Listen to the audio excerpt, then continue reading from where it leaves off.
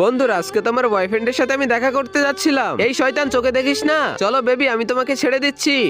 তুই যদি আরেকটু থাকিস তাহলে তুই মার খাবি। আর তখনই আমার স্যান্ডেল ভেঙে যায়। আমি তো খোড়াদের মতো হাঁটতে হাঁটতে রেস্টুরেন্টে পৌঁছে যাই। বেবি আসতে একটু লেট হয়ে গেল। বেবি, রাস্তায় আমার স্যান্ডেলটা ভেঙে গেছিল। আমি তোমাকে অনেকবার বললাম আমার সাথে চলো। এই শয়তানের বাচ্চা, তুই এখানে? তোর জন্য আমার পুরো 10 টাকার ড্রেসটাই নষ্ট হয়ে গেল। আর এই জুতাটা আমি সেলাই করে পরতাম, সেটাও ভেঙে গেল।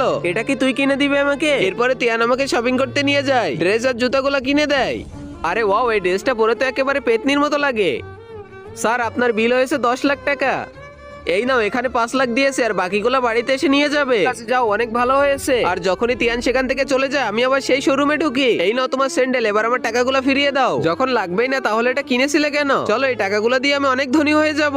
শালা পেতনির বাচ্চা, আমাকে ধোকা দেওয়া দাঁড়া তোর হচ্ছে। তখন তো আমাকে ভাঙা স্যান্ডেল দিয়ে হাঁটতে হলো। আর তখনই তিয়ান আমাকে কোলে নিয়ে যাইতে থাকে। একটু কম খাও, অনেক ভারী হয়ে গেছো। আর তখনই আমি দেখি